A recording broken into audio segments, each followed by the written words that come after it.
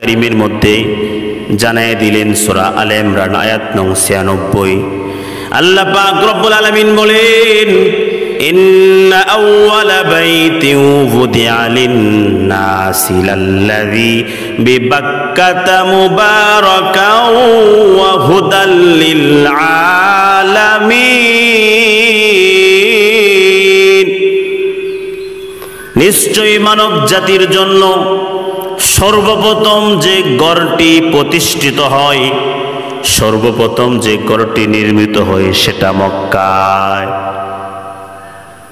সেটা বরকতময় এবং সমগ্র মানব জাতিকে হেদায়েত প্রদান করে, হেদায়েত প্রদানকারী। হাদিস শরীফের মধ্যে আছে আল্লাহর নবী বলেন, পৃথিবী যখন সৃষ্টি হয় তখন পৃথিবীর সবটুকুই ঘূর্ণয়মান পানি ছিল। ঘূর্ণিপাকের কেন্দ্রে এক গুচ্ছ সাদা ফেনা উৎপন্ন হয়, সাদা এক গুচ্ছ ফেনা উৎপন্ন হয়।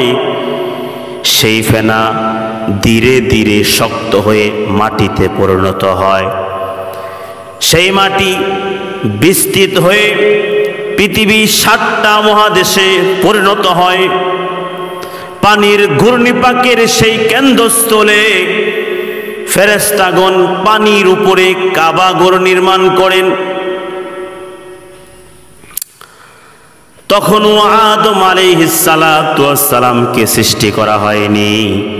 আদম আলাইহিস সালাতু ওয়াস সালামকে সৃষ্টিরও ২০০০ বছর পূর্বে কাবা ঘর নির্মিত হয়েছে। এরপর দুনিয়ার মাটি সৃষ্টি করা হয়। পরে আদম আলাইহিস সালাতু ওয়াস সালাম দুনিয়াতে অবতরণ করেন। তিনি ফেরেশতাগণের নির্দেশিত কাবা ঘরের সেই স্থানটুকু তিনি আবার মাটি দ্বারা পুনরায় নির্মাণ করে। এই কাবা মক্কায় পৃথিবীর কেন্দ্রস্থলে অবস্থিত। সম্মানিত সুধী, আমাদের বাংলাদেশের রাজধানী হলো ঢাকা।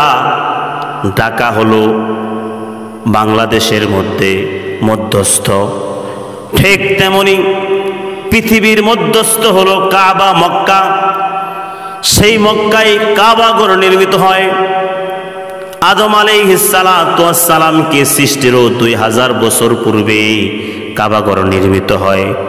এই কাবা ঘর ৭ আসমানের উপরে, যেখানে ফেরেশতাদের ইবাদতের গৃহ বাইতুল মামুর। ওই বাইতুল মামুরের সোজাসুজি নিচে কাবা ঘর নির্মিত হয়েছে।